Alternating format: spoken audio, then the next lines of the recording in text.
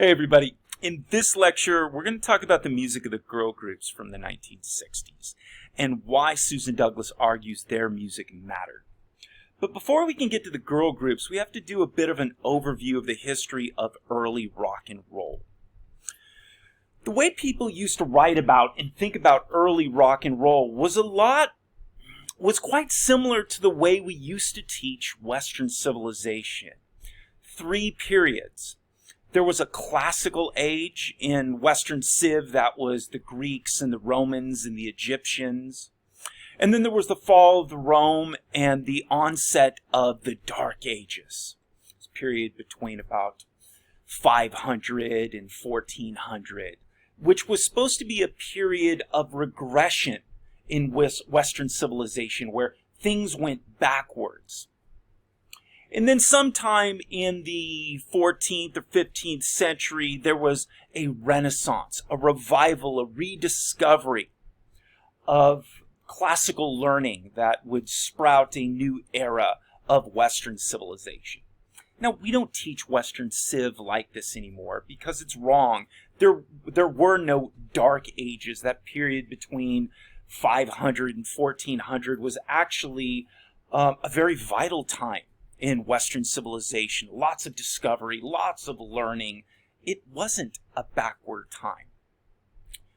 Well, the history of rock and roll, early rock and roll, was often thought in these similar terms. There was a classical age of early American rock and roll, and that was Elvis Presley and Jerry Lee Lewis and Little Richard and Chuck Berry and Bill Haley and the Comets. This was a golden age from the early 1950s to the year 1957. By 1957, most of those early rock and rollers were either out of the music business, dead, somewhere in jail. For example, Elvis was in the army. Chuck Berry was going to jail for basically the crime of dating a white woman. Little Richard had given up rock and roll to go to Bible college. Some of these rock and rollers that gave it up would return, but by 1957, he was done with rock and roll for a while. Ritchie Valens and Buddy Holly died in a plane crash. 1957 was an important year that sort of marked the end of this classical age. And then there was often this interpretation that after 1957, between 1957 and 1964, was a dark ages for the period of rock and roll, where things were not very good with rock and roll. After 1964, that was the Renaissance. That was the revival. What brought about this Renaissance? The Beatles. The Beatles arrived in the United States in 1964 from England, and the Beatles brought this British invasion with the Beatles, the Rolling Stones, the Who, and this was supposed to be the Renaissance where rock and roll got good again. Well, what was going on in the supposed Dark Ages between, about 1958 and 1964? That was the period of the girl groups. That was the period of time in which the girl groups were dominating the music charts. The Supremes, the Shirelles, the Cookies, the Shangri-Las.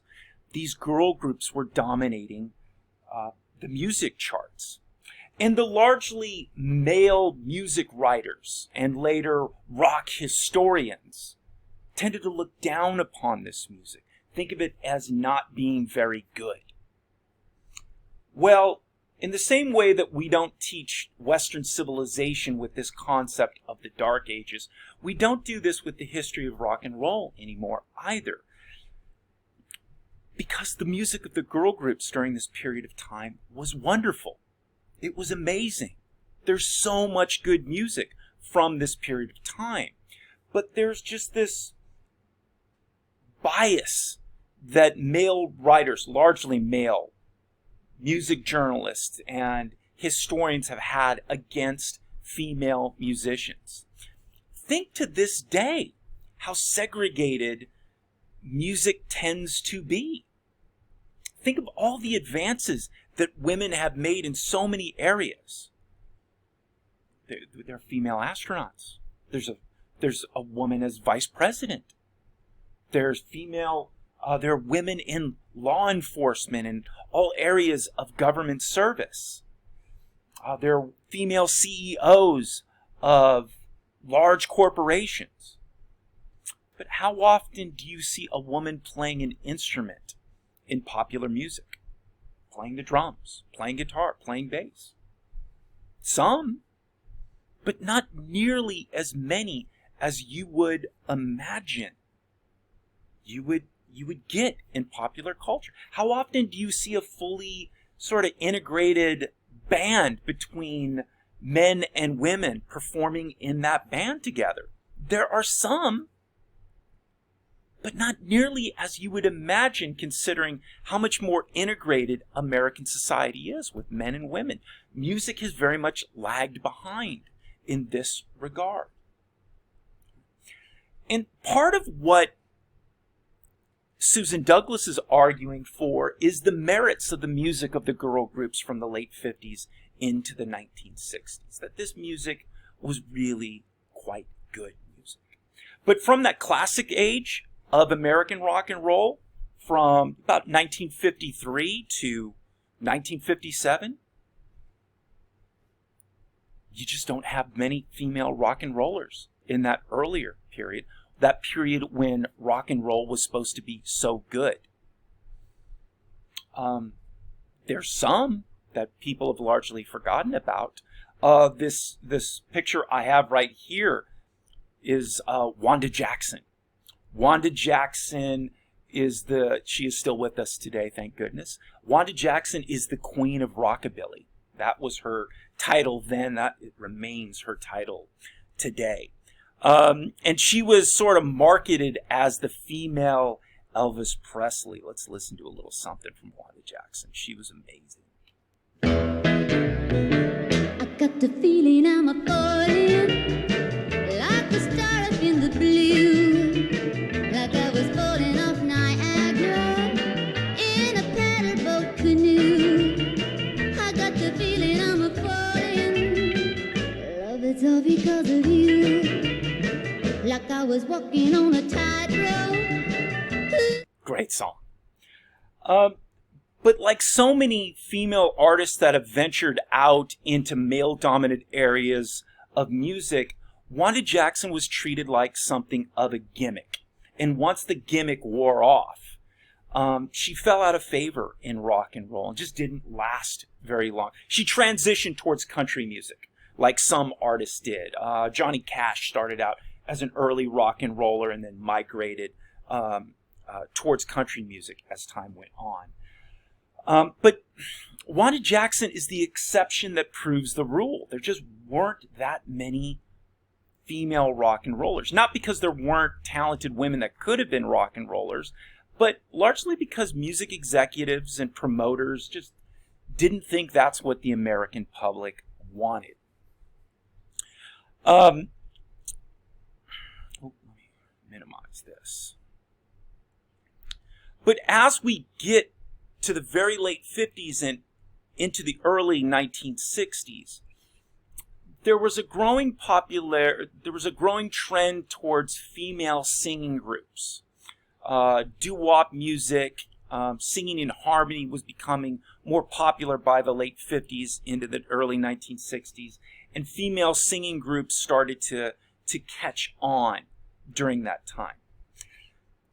And Douglas wants to argue more than for just simply the merits of this music, than to just argue that their music was good.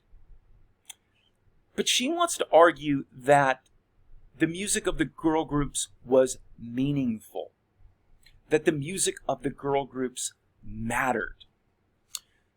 During a confusing time of adolescence, teenage girls of Susan Douglas's generation could turn to the music of the girl groups for guidance, for advice. She argues that the music of the girl groups was educational. often the girls in these girl groups weren't that much older than a lot of the girls that were listening to this music. Many of them were teenagers when they started in these groups, and when their early hit records landed, many of them were still teenagers themselves. So Douglas argues that at a time in which you often didn't hear adolescent female voices, the music of the girl groups really resonated. On page 87 of your book, she argues... wrong page.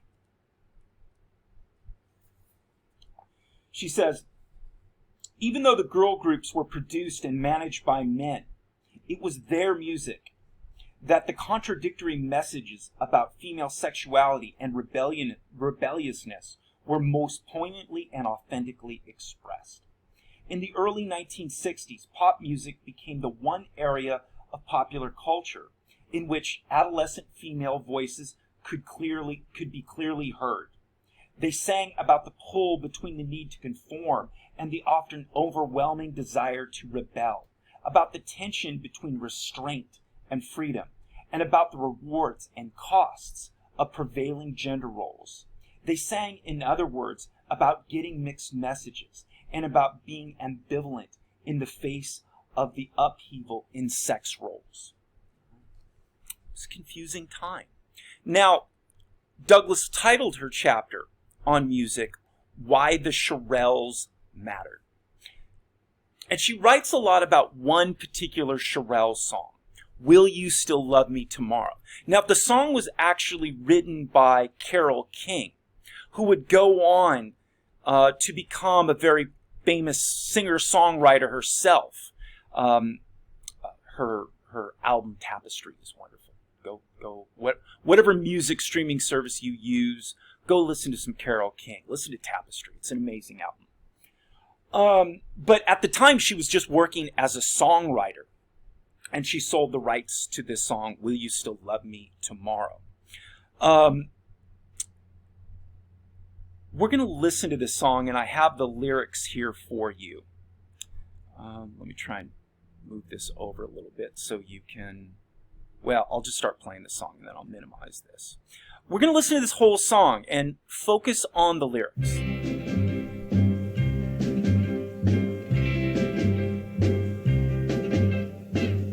Tonight you're mine completely. You give your love so sweetly.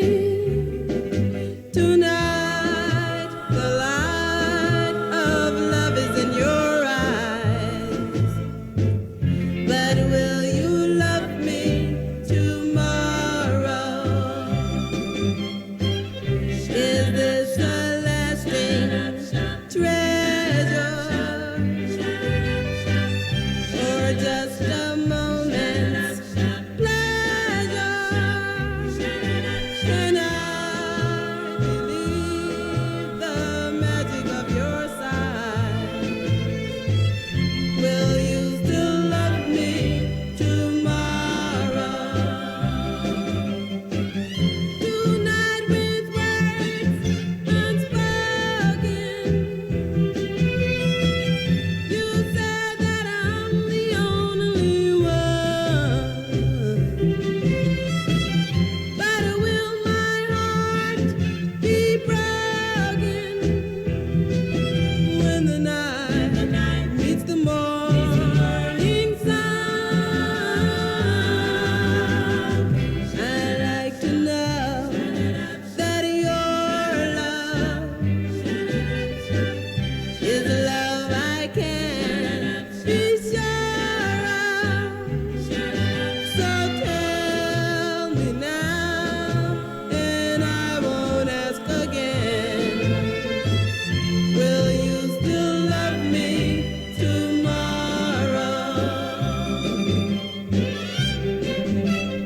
That's pretty much the rest of the song. There's a violin break there, and then the chorus returns a few more times.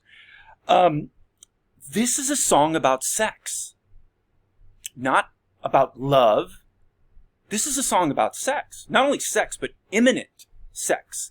Now, because of the prevailing expectations of female chastity, girls of Douglas's generation and many girls to this day are told they should wait until marriage before having sex. They were told that a boy might want to have sex with you, but if you had sex with a boy, he would lose all respect for you and would no longer be interested in you because boys want to marry nice girls. That is the context of this song. But by 1960, when this song came out and became a hit, things were changing.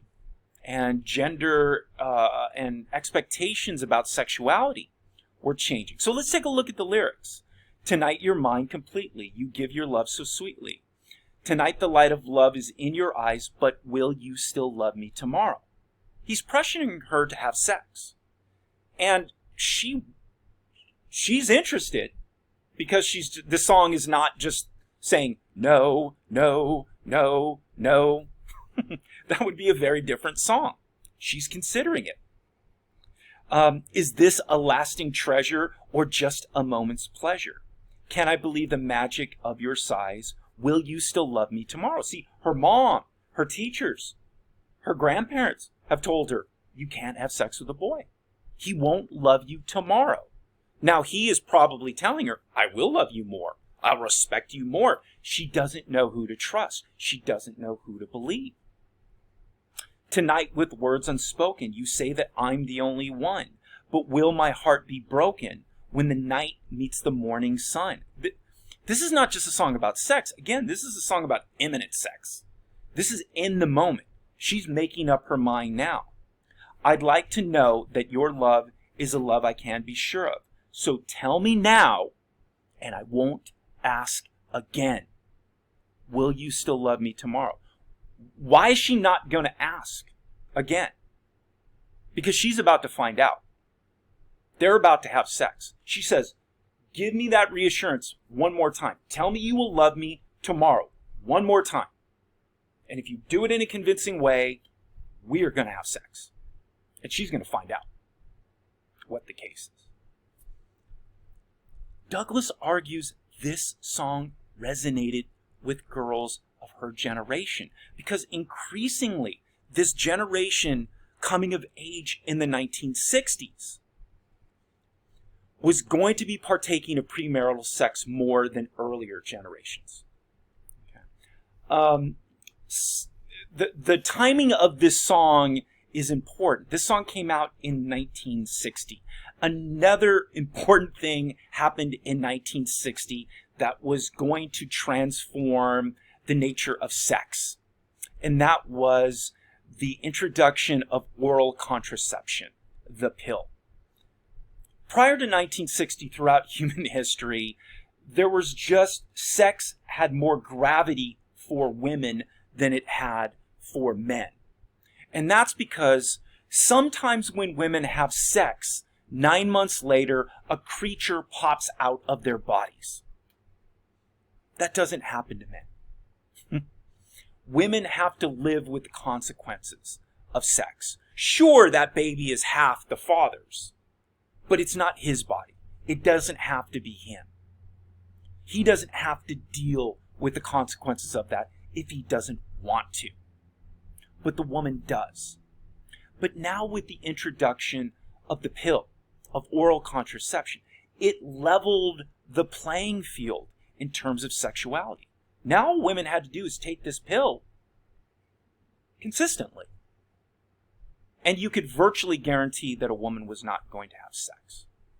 This was going to lead more women to engage in sex because now the playing field had been leveled. Now for the first time, a woman didn't have to worry about getting sex because she was virtually guaranteed not getting pregnant with the pill. The timing of this is coincidental. So girls of Susan Douglas's generation were going to debate whether they should have sex prior to marriage more than earlier generations.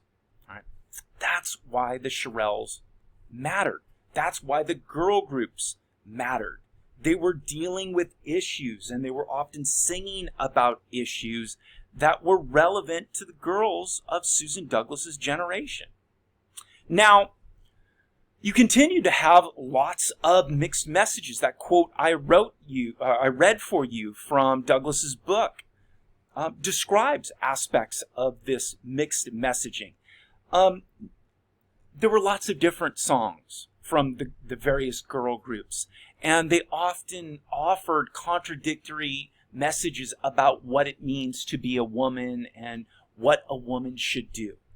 So we're going to listen to some examples, and I'm going to talk about some of the examples of this kinds of mixed messaging. So sometimes from the music of the girl groups, you got very traditional expectations about female sex roles, about what a woman should be. Take, for example, a song that was very popular by Peggy March, I Will Follow Him. Oops.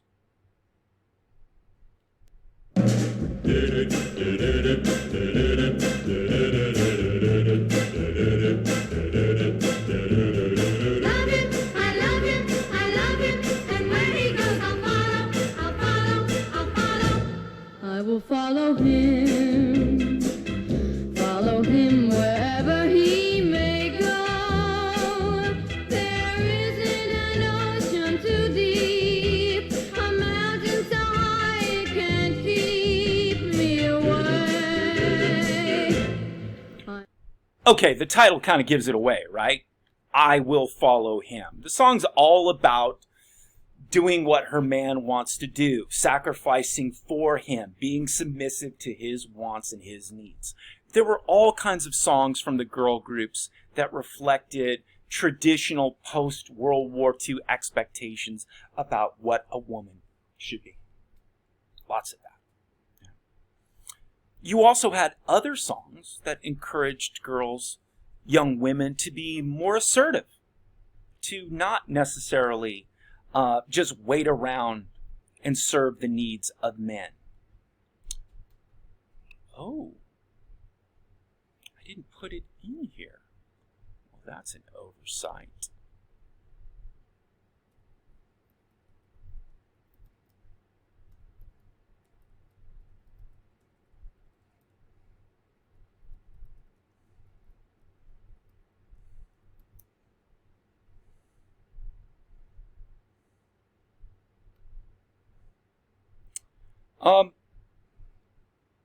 Oh, wait, no.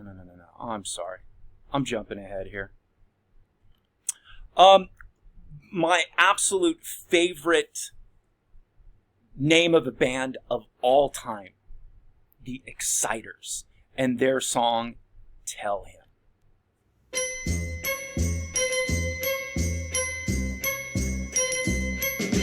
I know something about love. You gotta want it bad.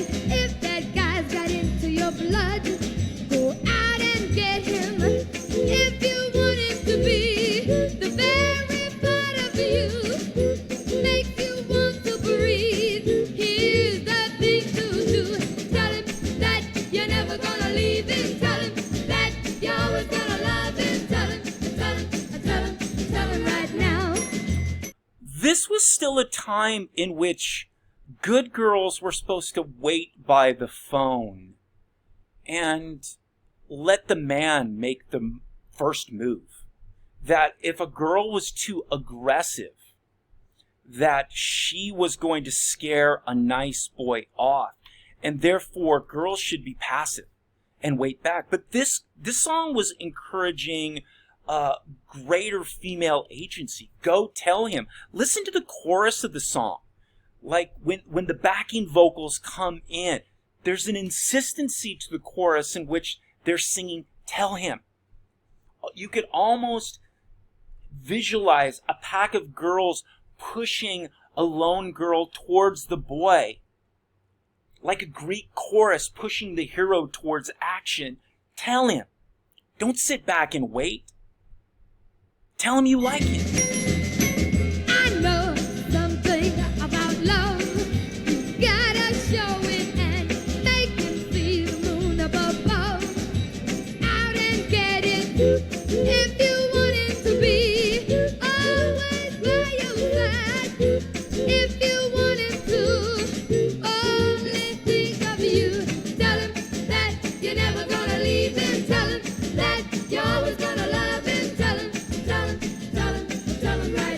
There's something so assertive about that. Don't sit back and wait for him by the phone. Go tell him. Go get that man. That's no big deal today.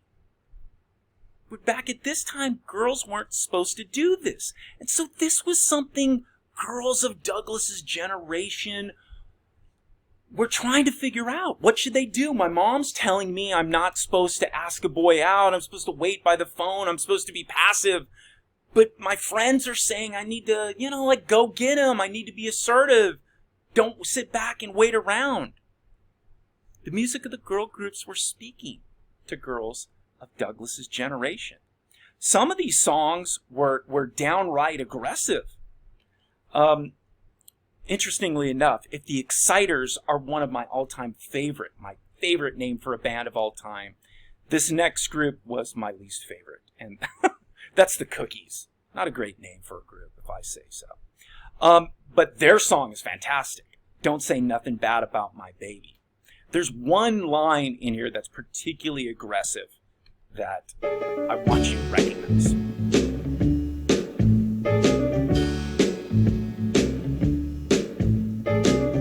Don't say nothing bad about my baby. Oh no. Don't say nothing bad about my baby. I love him so. Don't say nothing bad about my baby. Oh, don't you know? Don't say nothing bad about my baby. He's good. He's good to me. And that's all I care about.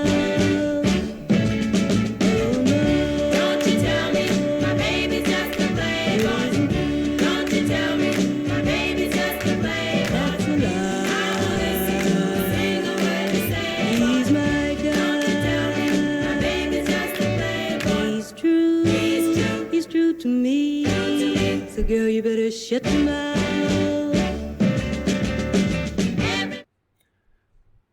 He's good to me, so girl, you better shut your mouth. That's such an aggressive thing. I don't know what schools you guys went to. I went to some kind of rough schools growing up. The schools I went to, when one girl told another girl, you better shut your mouth, hands were about to fly. Hair was about to get pulled out. Blood was about to flow. Like, girl, you better shut your mouth.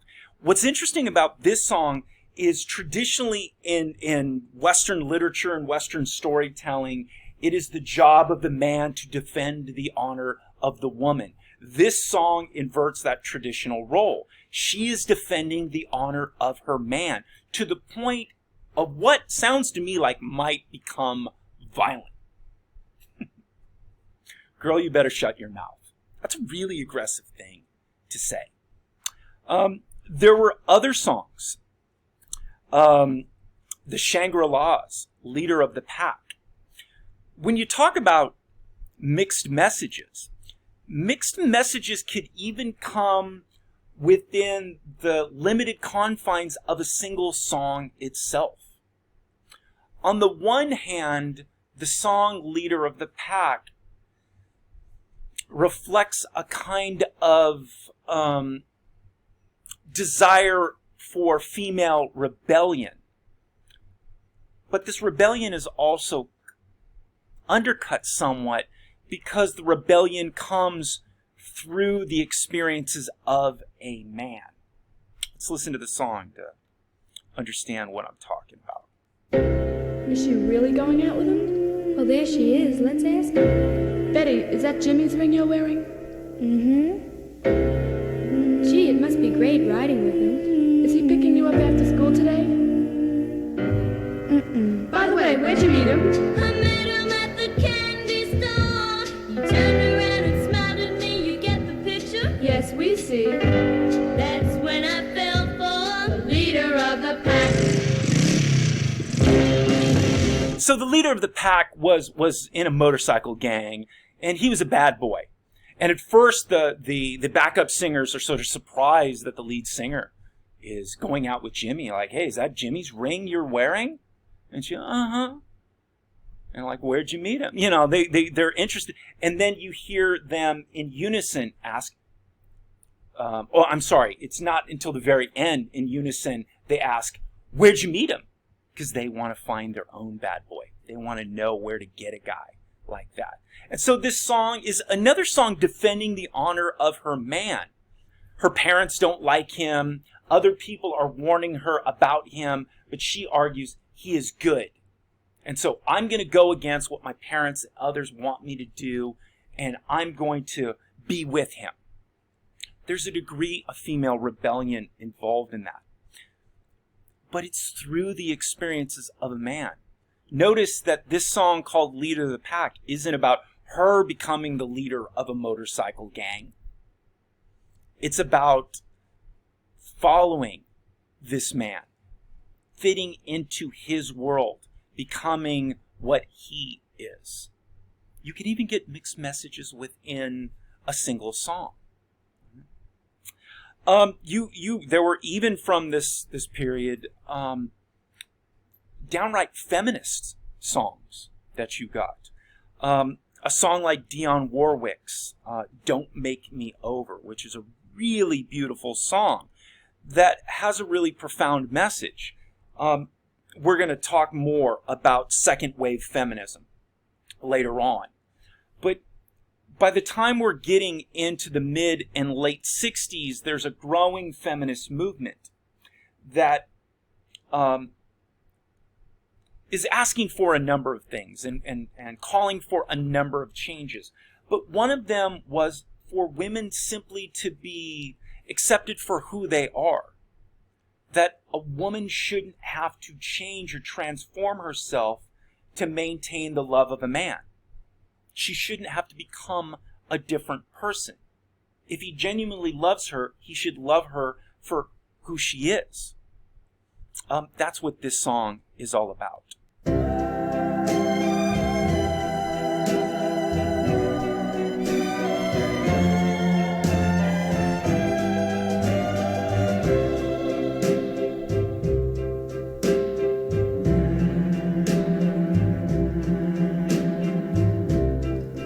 Don't make me over. Now that I do anything for you. Don't make me over. Now that you know how I adore you. Don't pick on the things I say, the things I do. Just love me with all my faults. The way that I love you, I'm begging you. Oh, it's a gorgeous song. Just love me for all my faults, for who I am. Don't pick on what I say. Don't pick on what I do. Love me for who I am. All right? How many girls that were growing up at this time that were getting involved with boys and then later men that wanted to transform them and turn them into something else? A song like this is speaking to a girl of Susan Douglas's generation. The music of the girl groups mattered. Right. Now, the greatest of the girl groups, at least in terms of popularity, were the Supremes. And if you want to think of a contemporary analogy to the Supremes, think of Destiny's Child. Although Destiny's Child is not a very contemporary. But the lead singer of Destiny's Child certainly is. Diana Ross.